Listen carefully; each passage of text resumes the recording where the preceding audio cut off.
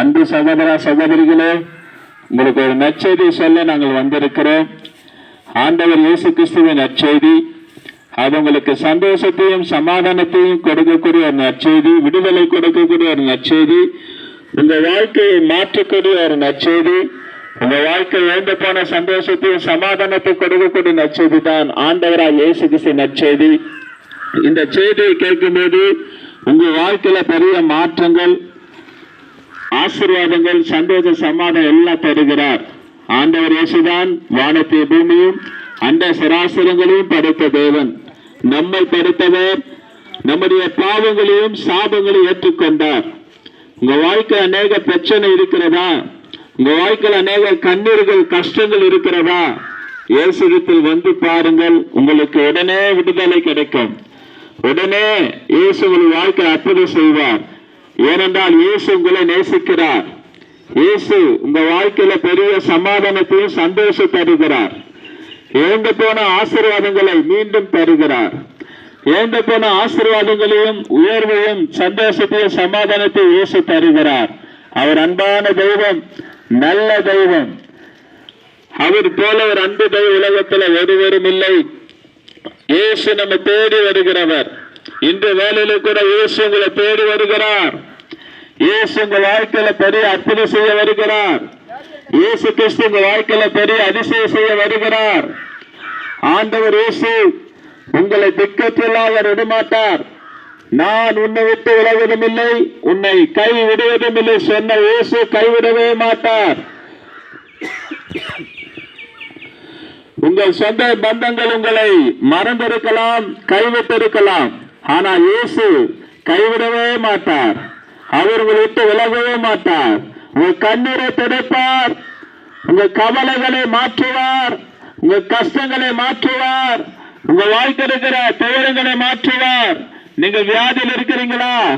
உங்க வியாதி வந்து இயேசு சுகமாக்குவார். பலவீனத்திலிருந்து அவர் விடுதலை தருகிறார். ஆண்டவர் இயேசு சொல்லுகிறார், உன் பலவீனத்திலே என் பலன் பூரணமா விலகும் என்று சொல்லுகிறார்.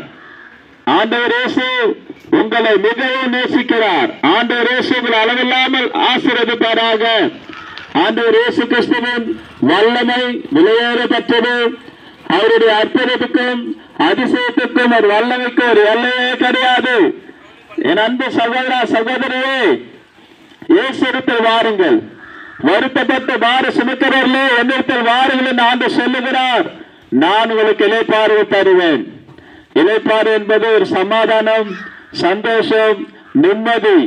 வாழ்க்கையில அநேக காரியத்தை இருப்பீங்க. வேதனைப்பட்டிருக்கலாம், கவலைப்பட்டிருக்கலாம், கண்ணீரோடு இருக்கலாம், கஷ்டத்தோடு இருக்கலாம். ஒருவேளை உங்க பிரச்சனைய யாருக்கிட்ட சொல்ல முடியாம இருக்கலாம். இயேசு இடத்துல சொல்லுங்கள். இயேசு நிச்சயமா உங்களை அற்புதம் செய்வார். எல்லாம் இலவசம் தான்.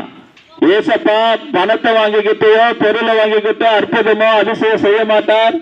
எல்லாம் இலவசமாய் அவர் இலவசமாய் அற்புதம் செய்கிறார். இலவசமா சுகம் தருகிறார்.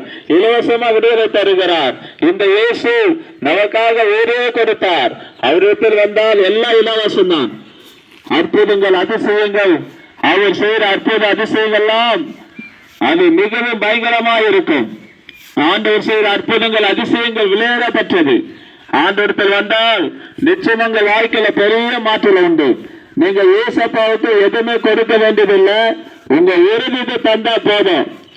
ஏசப்பாவுக்கு, ஆண்டவரா இயேசு கிறிஸ்துவுக்கு உங்கள் இருதயத்தை கொடுத்தால் போதும். அந்த இருதயத்தில் இயேசு வந்து அற்புதம் செய்வார். ஆண்டவர் உங்கள் இருதயத்தில் வர விரும்புகிறார். உங்கள் இருதயத்துக்கு வந்தால் பெரிய சந்தோஷம் வந்துடும், சமாதானம் வந்துடும். இரவுல தூக்கம் இல்லாம இருக்கலாம், கண்ணீரோடு இருக்கலாம், கவலையோடு இருக்கலாம், அநேக பிரச்சனையோடு இருக்கலாம், வாழ்க்கையில தோல்வியா இருக்கலாம். எது இருந்தாலும் இயேசு கிறிஸ்து நிச்சயமாய் உங்களை ஆசிரியமாய் மாற்றி விடுவார். உண்மையான தெய்வம், அன்பான தெய்வம், கைவிடாத தெய்வம் ஆண்டவராய் இயேசு கிறிஸ்து. அந்த இயேசு கிறிஸ்து உங்களை அளவில்லாமல் ஆசீர்வதிப்பாராக. இப்போது உங்களுக்காக நாங்கள் ஜெபிக்க போகிறோம். உங்களுக்காக பிரார்த்தனை செய்ய போகிறோம்.